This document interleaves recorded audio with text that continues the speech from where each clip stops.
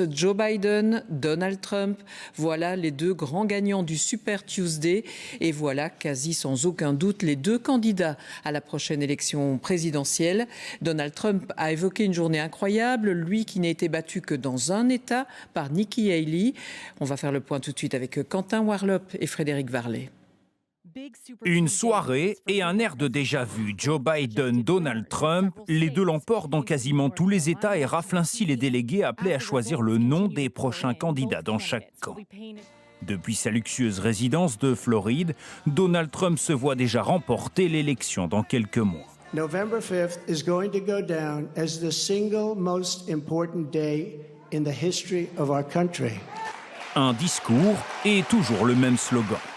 And frankly, our country is dying, and we're going to make America great again, greater than ever before.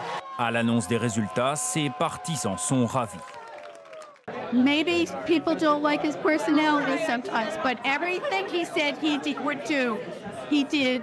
Sa seule rivale dans plusieurs États, c'était elle. Nikki Haley, l'ancienne ambassadrice des États-Unis à l'ONU, obtient un score plus qu'honorable. Elle s'est même imposée dans le Vermont, d'où cette question, que feront les électeurs qui ont voté pour elle?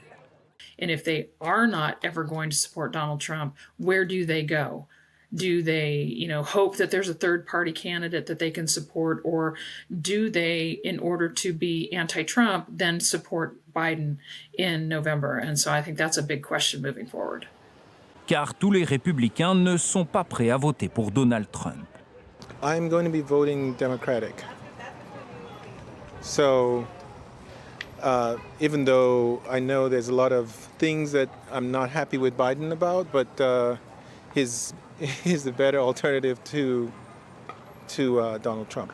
It hurts my soul to say that I will vote for Joe Biden over Donald Trump. Côté démocrate, pas de surprise, Joe Biden l'emporte dans tous les États en jeu et s'assure quasiment le ticket présidentiel de novembre prochain. Aujourd'hui, des millions d'électeurs à travers le pays ont fait entendre leur voix.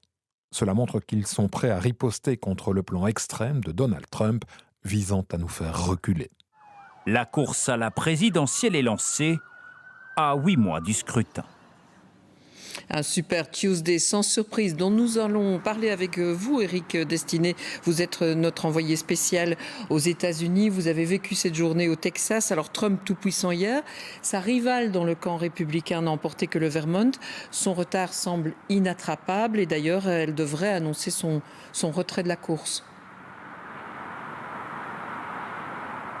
Oui, Véronique, c'est l'info politique de la matinée ici aux États-Unis où le jour se lève doucement sur le pays. Nikki Haley devrait annoncer dans quelques heures son retrait de la course à l'investiture républicaine pour l'élection présidentielle. Ça doit se passer dans son fief à Charleston, en Caroline du Sud. Ce sont ses proches qui l'ont annoncé à plusieurs grands médias américains. Évidemment, reste une grande question aujourd'hui.